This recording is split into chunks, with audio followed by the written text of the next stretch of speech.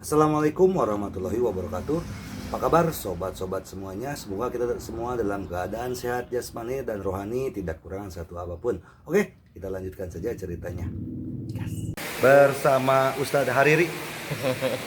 Bab 2928 sampai bab 2930.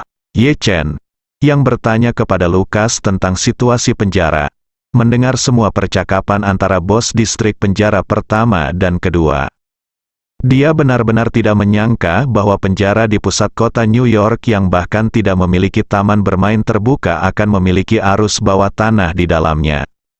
Melihat tren ini, Joseph, bos bangsal kedua, sedang mencari peluang yang cocok untuk memberikan pukulan serius kepada bos bangsal pertama, Raja Narkoba Meksiko Gustavo.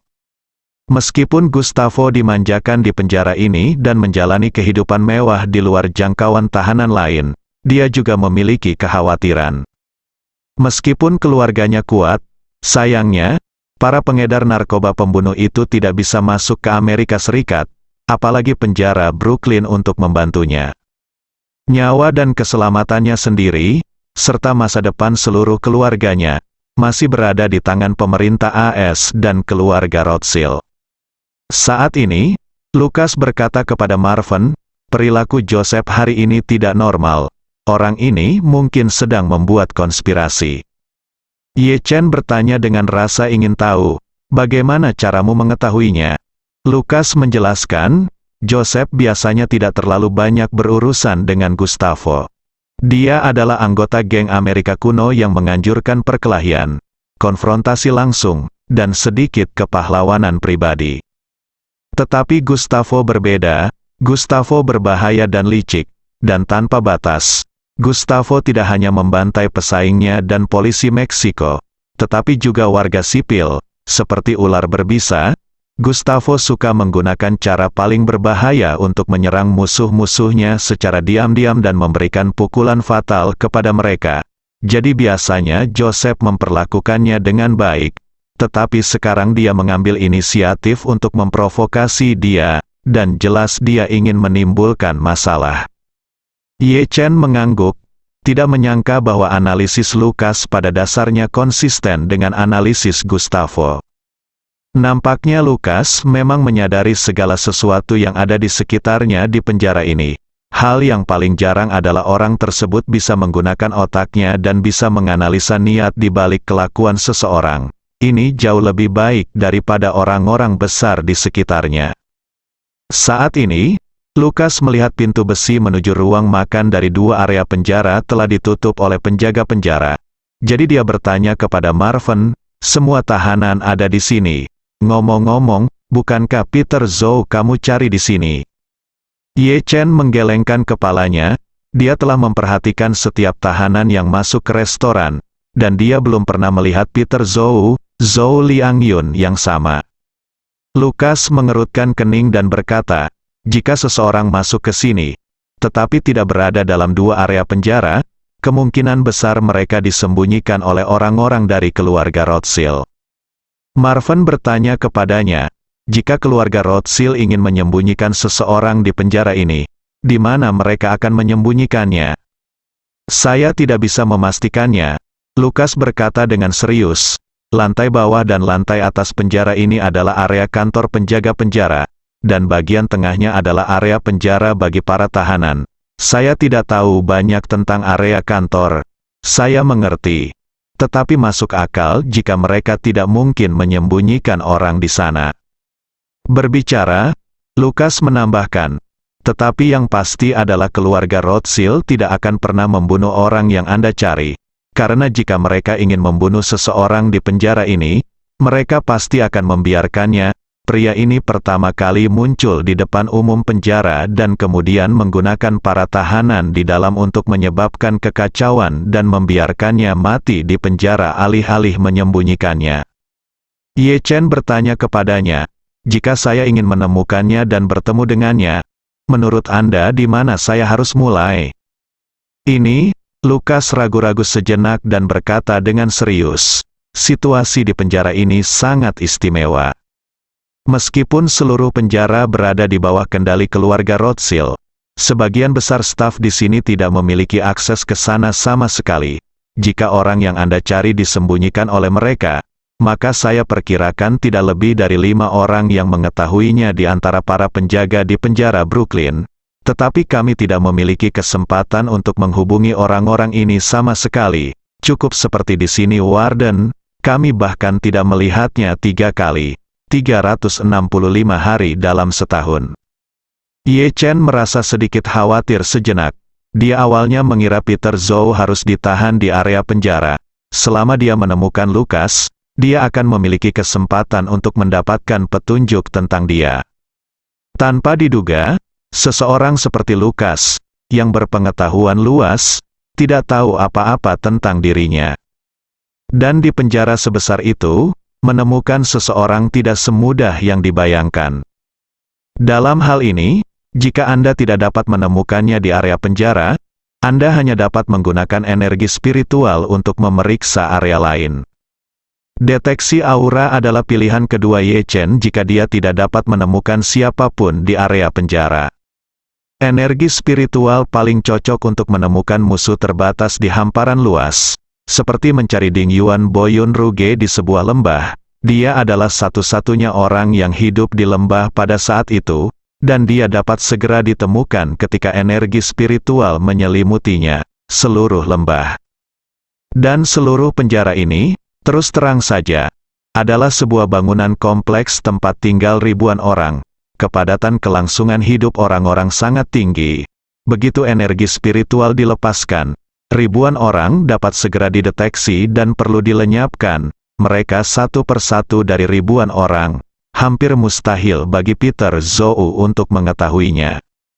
Karena meskipun aura dapat membantunya mendeteksi keadaan, namun tidak memungkinkannya untuk benar-benar melihat segala sesuatu melalui aura. Segala sesuatu hanya dapat dirasakan oleh aura. Namun, untungnya, ini adalah waktu makan di penjara, dan semua tahanan sudah ada di sini. Saya baru saja memperhatikan para tahanan di sini. Karena tidak ada Peter Zhou di sini, saya dapat menggunakan energi spiritual saya untuk memeriksa area lain dan orang lain di luar restoran. Saya pikir itu akan jauh lebih mudah.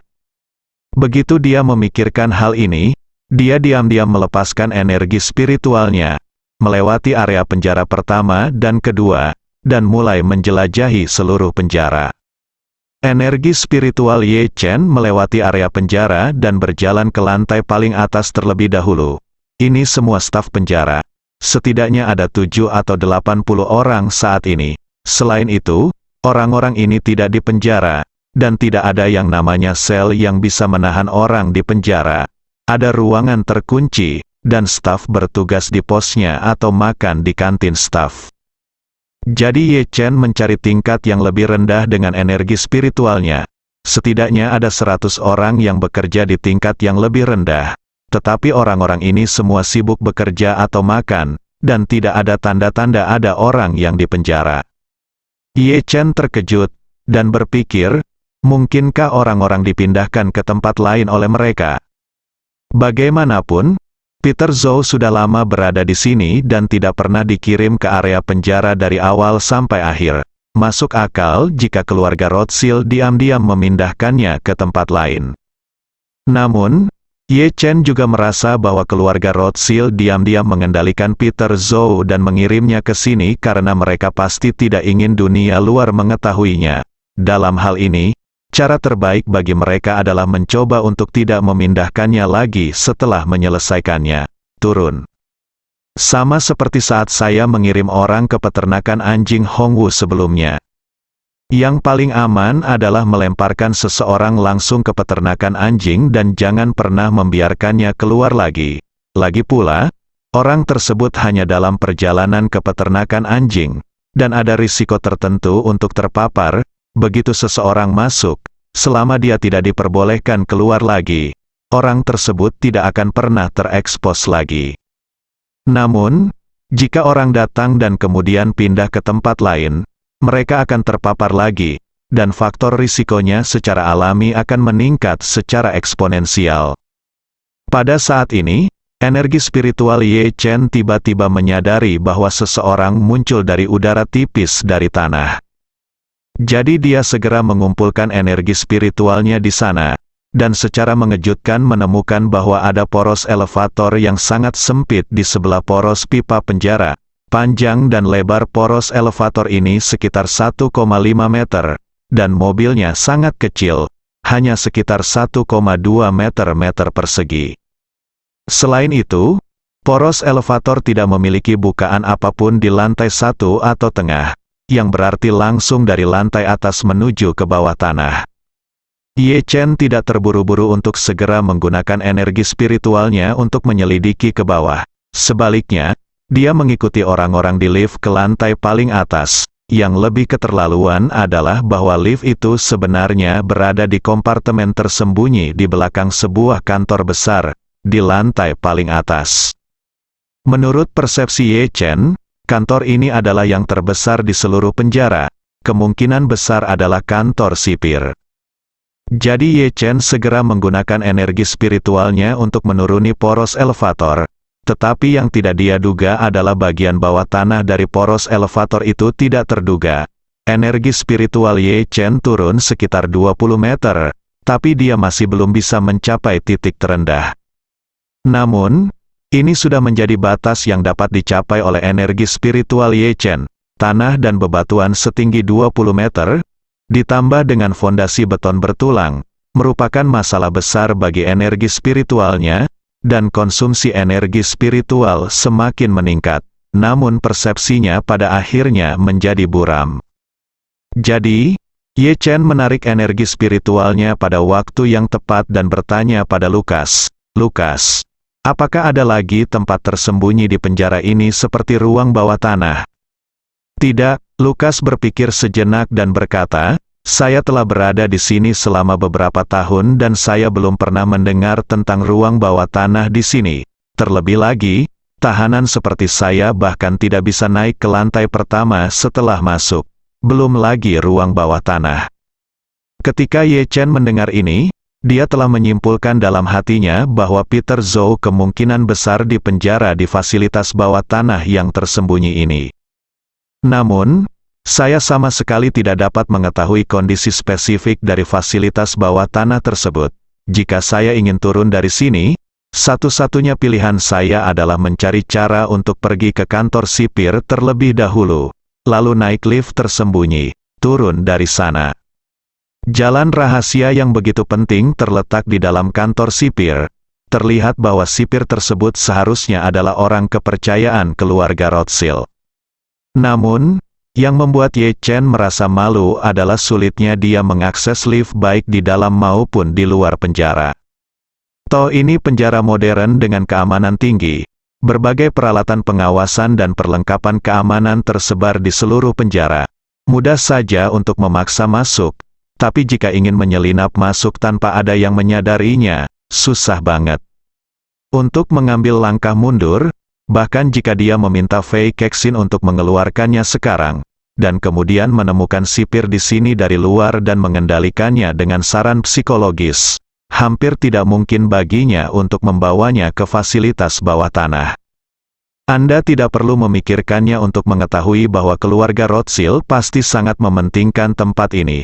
Mungkin mereka memperhatikan terowongan elevator yang tersembunyi dan Peter Zhou yang dipenjara di bawah sepanjang hari. Bagaimanapun, saya adalah orang yang hidup. Jika saya mengikuti sipir secara terbuka, saya pasti akan diperhatikan oleh keluarga Rothschild. Saya khawatir mereka akan diberitahu bahkan sebelum saya melihat Peter Zhou. Sebaliknya, lebih mudah menemukan terobosan dari dalam penjara. Penjara ini adalah benteng keluarga Rothschild. Menurut kelambanan pemikiran mereka, mereka pasti akan fokus menjaga bagian luar, sehingga mau tidak mau mengabaikan atau meremehkan risiko internal. Pada saat ini, Ye Chen mendengar Raja Narkoba Besar Gustavo berkata kepada bawahannya, "Mari kita buat pengaturan.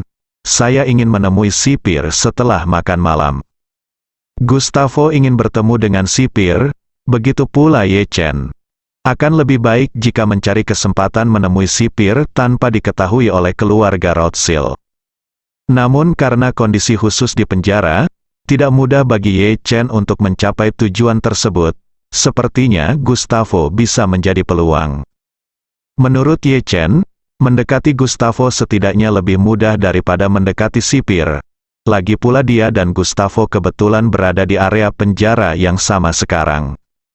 Jadi, dia bertanya pada Lukas di depannya, jika saya ingin berteman dengan Gustavo, apakah ada cara yang baik? Siapa, Gustavo? Lukas sepertinya telah mendengar sebuah fantasi dan berkata sambil tersenyum, saudaraku, sebelum Gustavo masuk penjara, dia bukan hanya raja narkoba terbesar di Meksiko, tetapi juga salah satu raja narkoba terbaik di dunia. Dia adalah seorang miliarder dan pemimpin swasta bersenjata terkemuka di Meksiko. Dia dikurung di penjara ini, bagi kami orang biasa, ini hampir seperti harimau yang dikurung di sarang kucing. Bagaimana dia bisa berteman dengan orang-orang seperti kami? Ketika Ye Chen mendengar ini, dia tidak bisa menahan tawa. Dalam pandangan Lukas, tidak ada perbandingan antara dirinya dan Gustavo. Namun kenyataannya, Gustavo tidak ada bandingannya dengan dirinya sendiri. Membandingkan uang, jika aset Gustavo diikuti oleh 2 angka 0, aset tersebut mungkin tidak sebanding dengan miliknya. Membandingkan tim, persenjataan kecil penyelundup narkoba tidak ada artinya di depan istana Wanlong.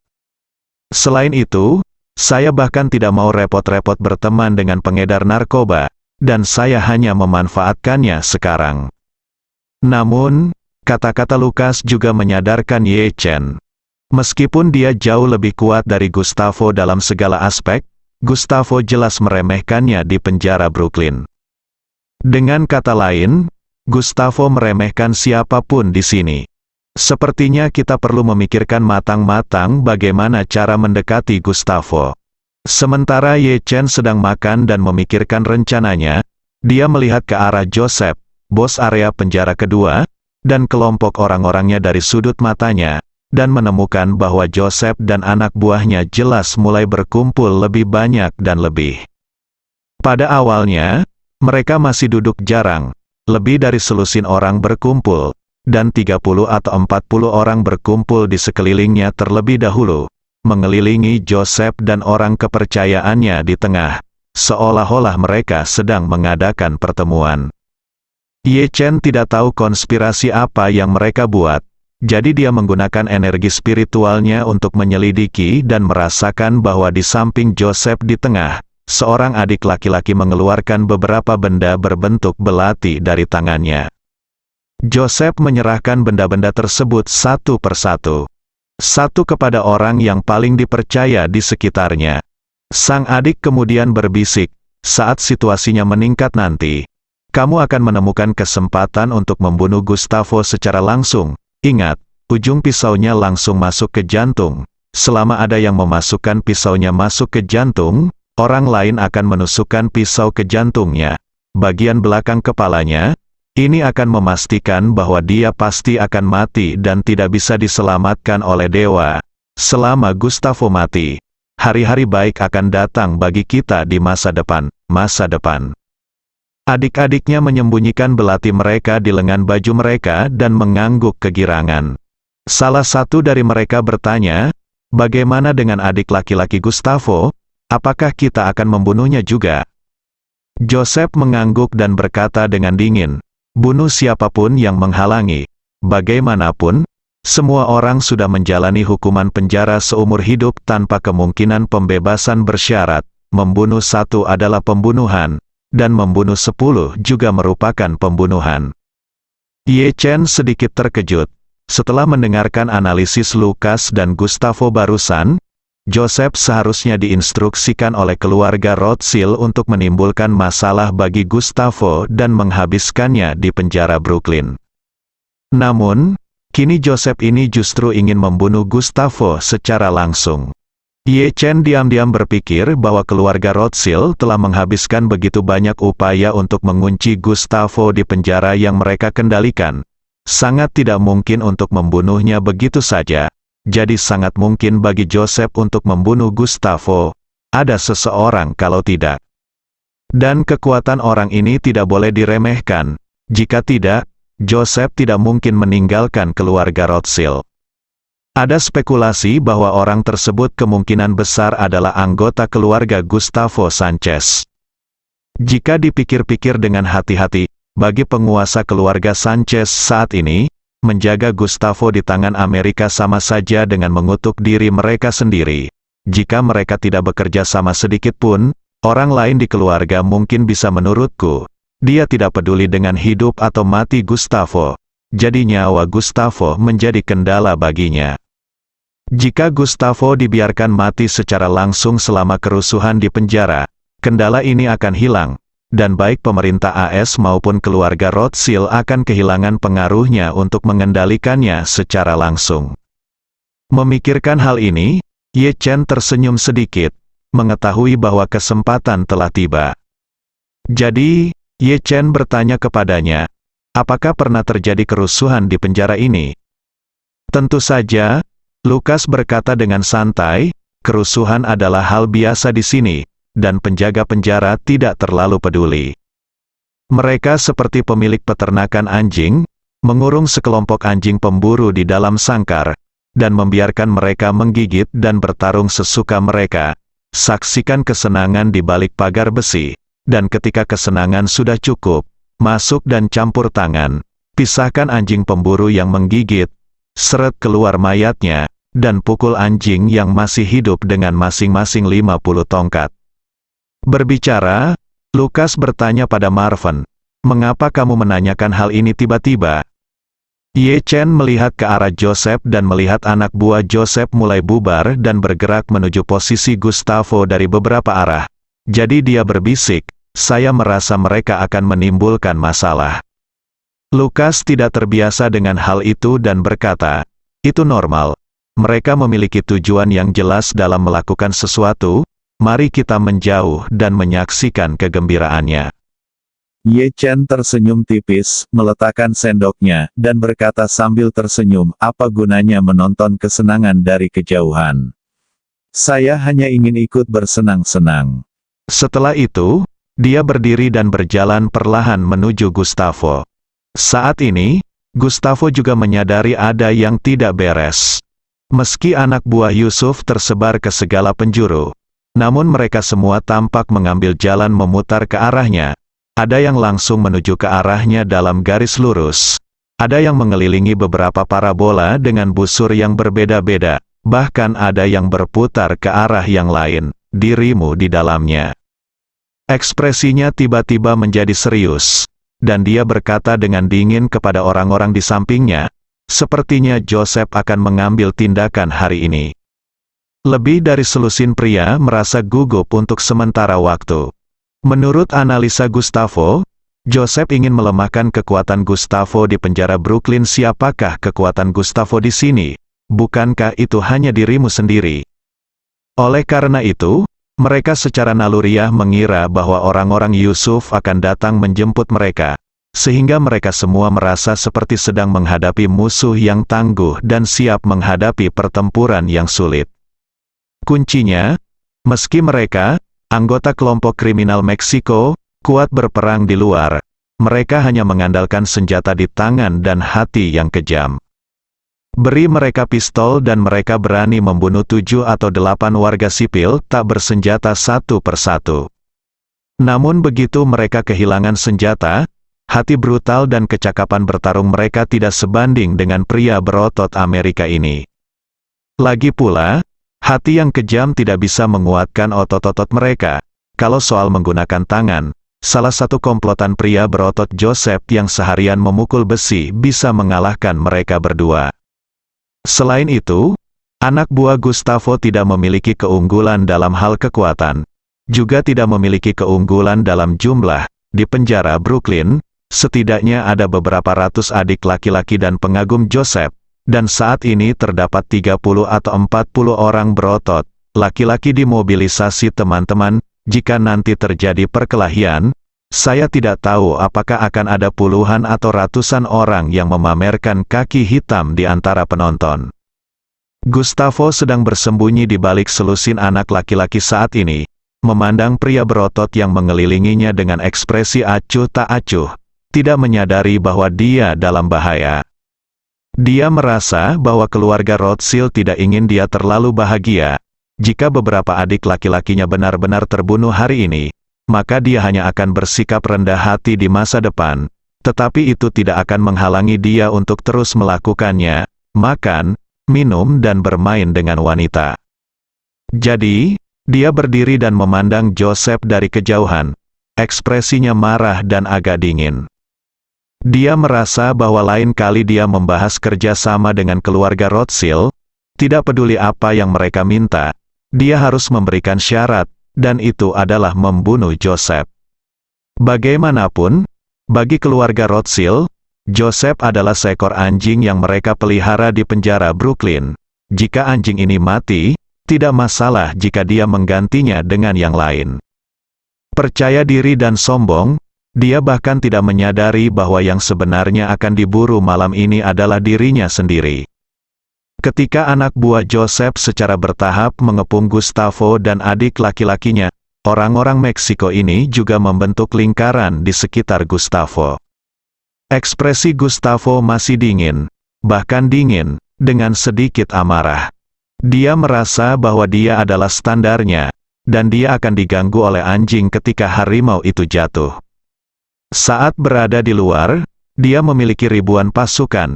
Jika ada yang berani melihatnya di jalan, dia akan mengeluarkan pistolnya dan menembak kepalanya tanpa ragu. Akibatnya, sekarang saya berada di penjara Amerika, tetapi saya dipaksa menjadi pasif oleh sekelompok pria berotot yang tidak punya otak.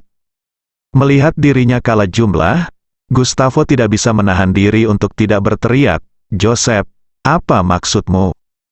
Pada saat ini, Joseph berpisah dari adik-adiknya dan berjalan keluar pengepungan. Dia memandang ke arah Gustavo, menunjuk ke arah adik-adiknya, dan berkata dengan sangat serius, "Gustavo, kamu terlalu menonjol di penjara Brooklyn. Nah, beberapa saudara laki-laki saya belum makan steak asli selama lebih dari 10 tahun. Tetapi Anda di sini menikmati masakan kelas atas setiap hari. Juga, separuh dari adik laki-lakiku tidak tahu seperti apa rasanya kaviar, tapi aku melihat dengan mataku sendiri bahwa kamu memasukkan sebotol kaviar senilai puluhan ribu dolar ke dalam hamburger dan memakannya. Belum lagi sebotol Romane Conti yang bernilai puluhan ribu dolar. Baru hari ini aku tahu seperti apa rasanya Romane Conti." Pada titik ini, Joseph berkata dengan ekspresi malu, "Gustavo, ada pepatah Tiongkok kuno yang bukan tentang kelangkaan tetapi tentang ketidaksetaraan. Anda mencoba untuk mendapatkan hak istimewa di sini hari demi hari, demi saudara-saudara saya, di saya mata.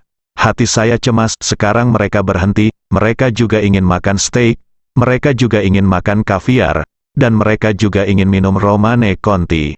Saya tidak punya cara, saya tidak bisa menyelesaikan masalah ini. Aku hanya bisa membiarkan mereka menyelesaikannya bersamamu." Salah satu anak laki-laki langsung berteriak, "Ya, kenapa hanya kamu yang bisa makan steak dan minum anggur merah di sini, kenapa kami tidak?" Gustavo berkata dengan nada meremehkan, "Itu karena kamu tidak punya uang sebanyak saya.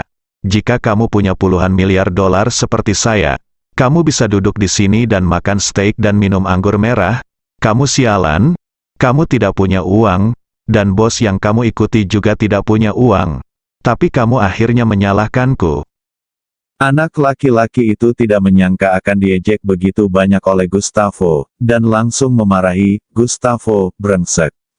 Berapa banyak uang yang kamu miliki di luar adalah urusanmu, bahkan jika kamu memiliki semua anggur merah di Amerika Serikat, aku tidak masalah meminumnya ke dalam perutmu. Tapi sesampainya di sini, kamu harus mematuhi peraturan di sini." "Apa peraturannya di sini?" Gustavo bertanya dengan nada menghina. "Katakan padaku apa peraturannya di sini." Anak laki-laki itu mengumpat dengan marah, "Sial. Aturannya di sini adalah jika orang lain tidak bisa makan steak dan minum anggur merah, Anda juga tidak bisa, tidak peduli seberapa kaya Anda tidak bisa." Itu benar. Semua adik laki-laki Joseph langsung setuju dan berteriak, "Kamu tidak bisa mendapatkan hak istimewa di penjara Brooklyn." Gustavo berada dalam bahaya tetapi tidak menyadarinya. Dia masih merasa bahwa orang-orang ini mengincar adik laki-lakinya, bukan dirinya sendiri. Dia telah bangga selama separuh hidupnya. Saat ini, dia berkata dengan wajah sinis, "Kamu adalah seorang sekelompok orang Amerika yang tidak mengetahui ketinggian langit dan bumi. Mungkin saya tidak memiliki cukup kesadaran akan kekuatan saya, tetapi hak istimewa yang saya nikmati di sini jauh lebih dari apa yang Anda lihat.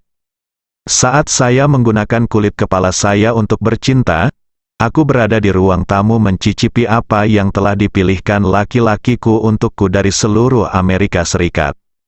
Hati-hati memilih wanita cantik dari semua lapisan masyarakat. Beberapa wanita cantik ini terbang dari jarak ribuan kilometer. Mereka hanya akan membiarkan aku menidurimu selama 3 jam, dan kemudian kabur dengan membawa puluhan ribu dolar. Aku bahkan bisa membiarkan anak buahku membunuh siapapun di antara kalian. Aku membawa istriku ke sini dan memintanya untuk berlutut di depanku dan melayaniku. Ini adalah sesuatu yang kalian tidak akan pernah lakukan, dapat menikmatinya seumur hidupmu." Keluaran Gustavo sangat menggembirakan, sementara ekspresi adik-adiknya semakin tertekan. Mereka juga berpikir bahwa orang-orang ini mengincar diri mereka sendiri, bukan mobil bos mereka. Jadi semakin marah bos mereka sekarang, semakin keras mereka akan berusaha memberi mereka pelajaran nanti.